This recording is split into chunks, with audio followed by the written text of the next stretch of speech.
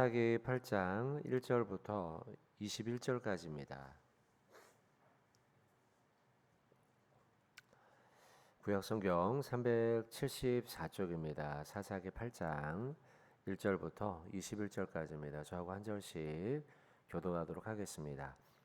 에브라임 사람들이 기드온에게 이르되 내가 미디안과 싸우러 갈 때에 우리를 부르지 아니하였으니 우리를 이같이 대접함은 어찌 됨이냐 하고 그와 크게 다투는지라.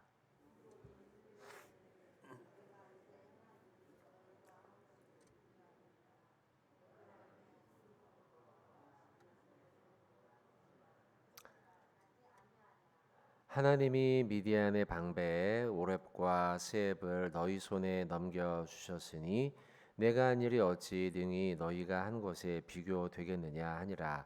기드온이 이 말을 하매 그때에 그들의 노여움이 풀리니라.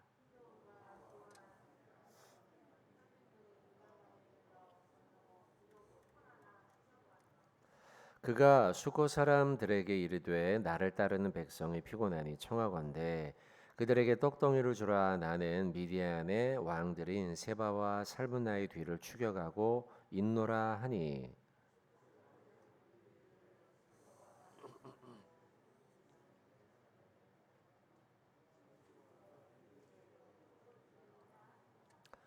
기드온이 이르되 그러면 여호와께서 세바와 살문나를 내 손에 넘겨주신 후에 내가 들가시와 찔레로 너희 살을 찢으리라 하고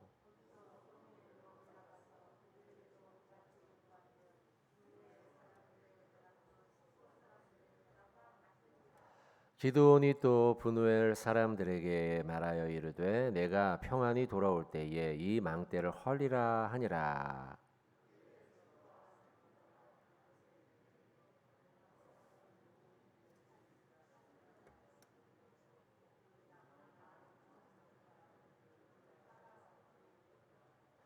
적군이 안심하고 있는 중에 기드온이 노바와 욕부와 동쪽 장막에 거주하는 자의 길로 올라가서 그 적진을 치니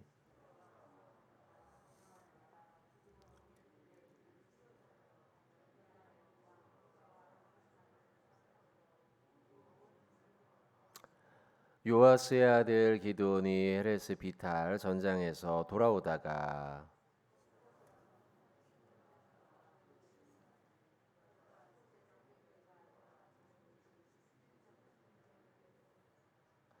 기드온이 숫곳 사람들에게 이르러 말하되 너희가 전에 나를 희롱하여 이르기를 세바와 살문나의 손이 지금 내 손 안에 있다는 거냐 어찌 우리가 내 피곤한 사람들에게 먹떡을 주겠느냐 한 그 세바와 살문나를 보라 하고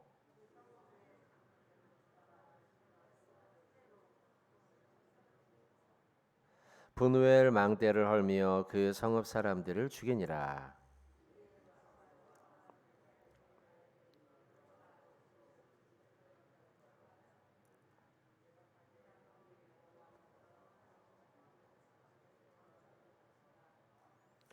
그가 이르되 그들은 내 형제들이며 내 어머니의 아들들이니라. 여호와께서 살아계심을 두고 맹세하노니 너희가 만일 그들을 살렸더라면 나도 너희를 죽이지 아니하였으리라 하고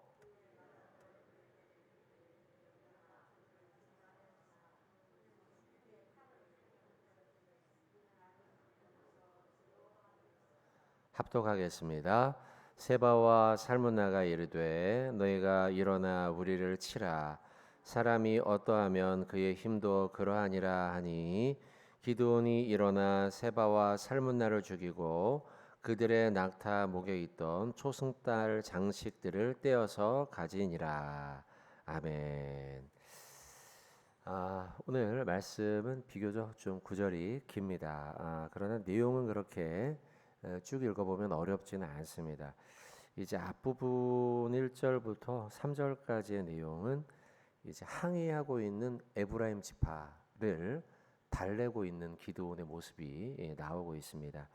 또 그 뒤로 이어지는 4절부터 9절까지의 말씀은 기드온이 이제 그 남아 있는 미디안 왕을 추격하러 가고 있는 중에 지쳐 있었어요. 그때 좀 도와달라고 이제 도움을 요청했는데 수코 사람과 또 브누엘 사람들이 기드온의 도움을 거절하고 그들에게 떡을 주는 것을 주지 않게 되죠. 10절부터 12절까지는 또 한 달락이죠. 거기가요. 거기까지는 패주병을 계속해서 쫓아가서 격파하는 기드온 군대의 모습이 그려져 있죠. 그렇게 다 뭐 돕지 않겠다 했지만 끝까지 추격해서 결국에는 승리하죠. 그리고 13절부터 17절까지는 돕지 않았던 수고 사람들, 분노의 사람들을 다시 되돌아가서 그들에게 보복을 감행하는 것이 나와 있고요. 그 다음에 18절부터 이제 마지막 21절까지는 그 세바와 살문나에게 이제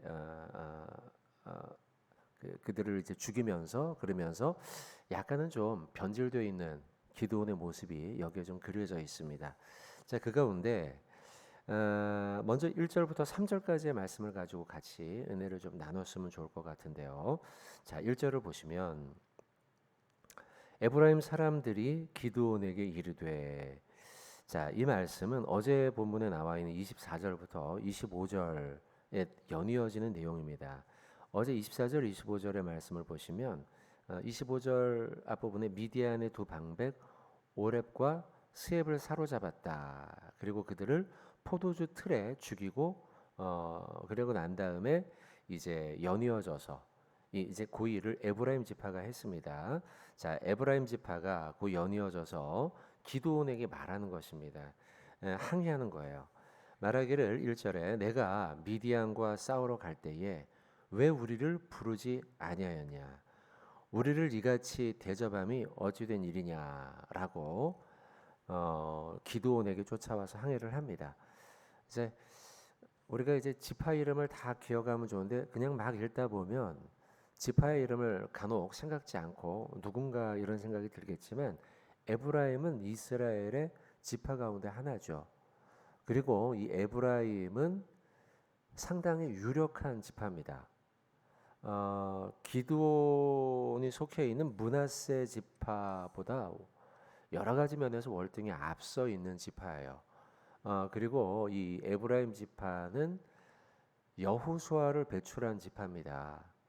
그러니까 상당한 자긍심과 우월감을 이미 가지고 있어요. 그런데 최근 우리가 이 새벽에 보았던 이 뭐 6장, 7장 그리고 오늘 8장에 이르기까지 이스라엘의 역사를 주도적으로 끌고 가고 있는 지파가 갑자기 므낫세 지파처럼 보여요. 왜냐하면 기드온이 속해 있는 지파거든요. 그러니까 평소에도 에브라임 지파와 므낫세 지파는 나름의 라이벌 구도를 가지고 있었어요. 앞서거니 뒤서거니. 그리고 전통적으로는 에브라임 지파가 여러 가지 면에서 앞서 있죠. 그러나 다소간 라이벌 구도를 가지고 있던 므낫세 지파, 그리고 그곳에서 기드온이 나왔고, 그리고 이번 전쟁에 있어 모든 주도권을 12지파 가운데 므낫세가 쥐고 있는 듯 보이는 것이죠. 그러니 라이벌 의식이 발동한 거예요. 영웅적인 지도자 여호수아를 배출했고 평소에 경쟁자처럼 보였던 므낫세 지파가 지금 기드온의 큰 공을 앞세워서 그 이스라엘 지파를 주도적으로 이끄는 것처럼 보이자 갑자기 에브라임 지파가 찾아와서는 항의를 하는 모습인 거예요.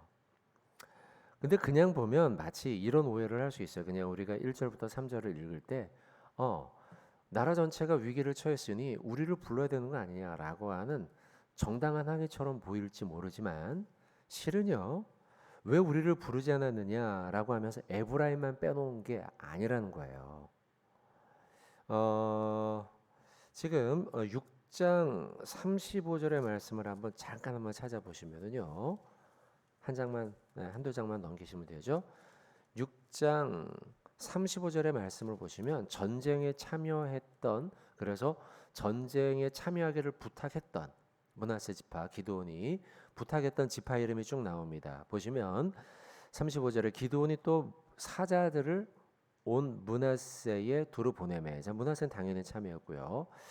그들도 모여서 그를 따르고 또 사자들을 아셀, 스불론, 납달리 이렇게 이제 네 개의 지파가 연합해서 전쟁에 주도적으로 참여했는데 에브라임은 여기에 빠져 있죠. 그런데 이 네 개의 지파는 전부 다 미디안 전쟁을 벌이는 상대 국가죠. 미디안의 직접적인 피해를 받았던 족속들이에요. 미디안으로부터 직접적인 공격을 받았던 이들이기 때문에 기드온이 의도적으로 에브라임을 뺀 게 아니라는 거죠.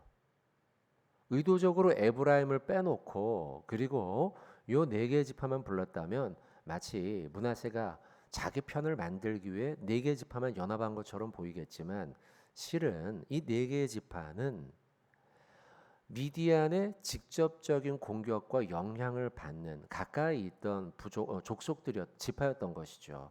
그래서 이들을 불렀어요. 에브라임을 뺀 것이 마치 자기의 어떤 영역을 확보하고 자기의 어떤 동족들 간의 어떤 뭔가를 좀 힘을 규합하기 위해서 한 게 아니라 직접적인 피해를 받았던 지파들만 따로 모아서 그들과 함께 연합했다는 것이죠.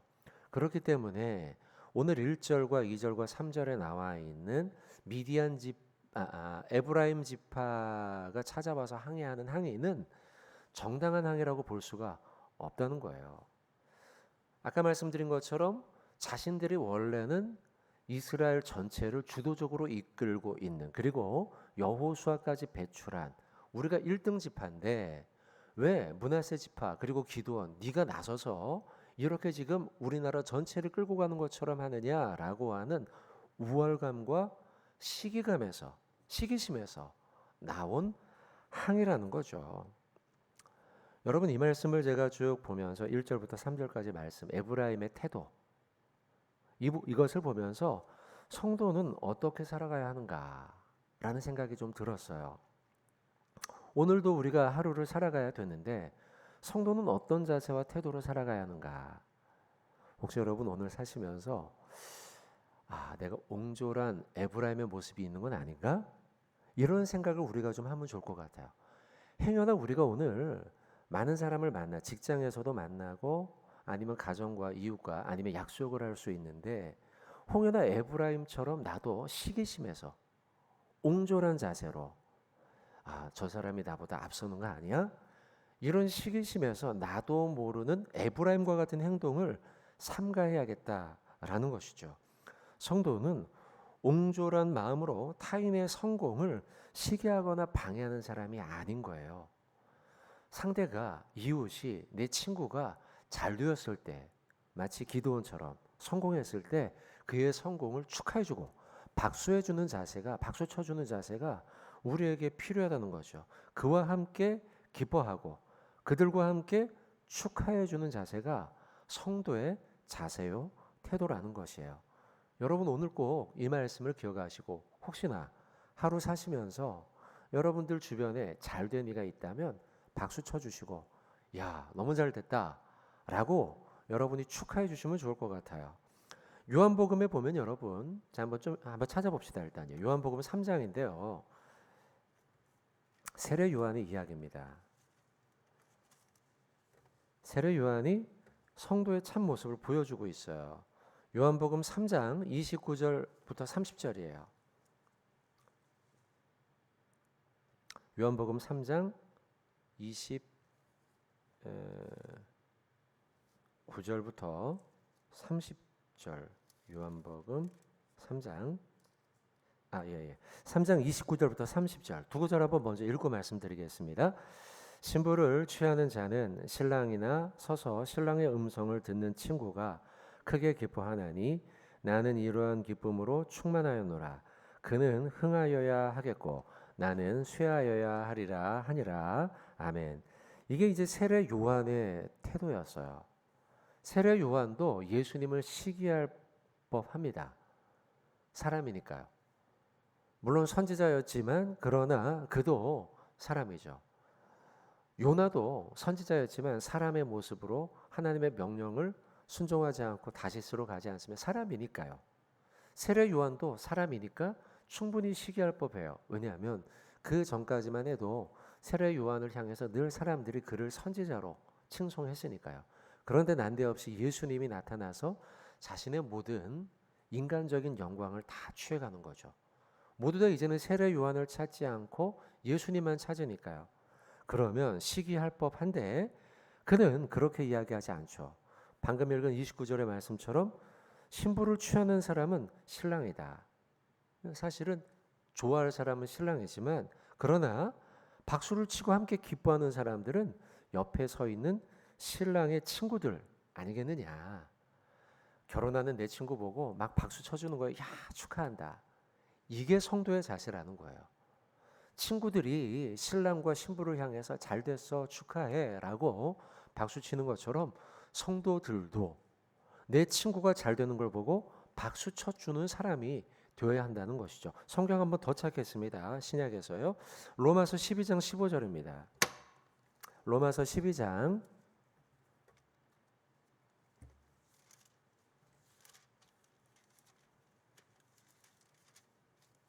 로마서 12장 15절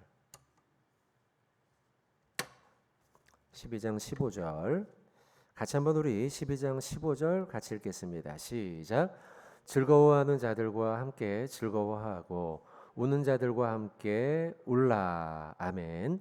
뒤로 이어지는 말씀도 참 좋은 말씀인데요. 뭐 서로 마음을 같이 해라. 내 높은 데 뜻을 둔 낮은 데 지혜로운 채 하지 말라. 뭐 이런 말씀 쭉 나오는 구절입니다.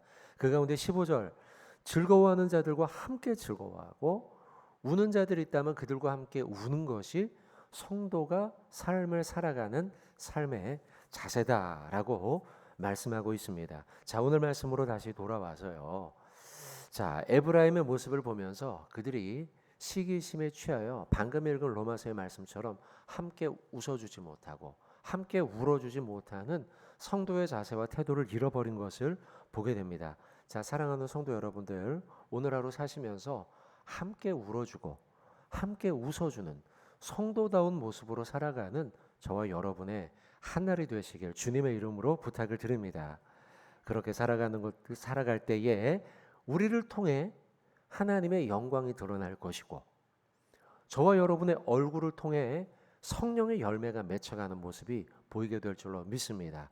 오늘 하루 함께 웃고 함께 울어주는 성도로서 성령 충만한 열매를 맺어가는 복된 하루 되시길 주님의 이름으로 축원을 드립니다. 아멘.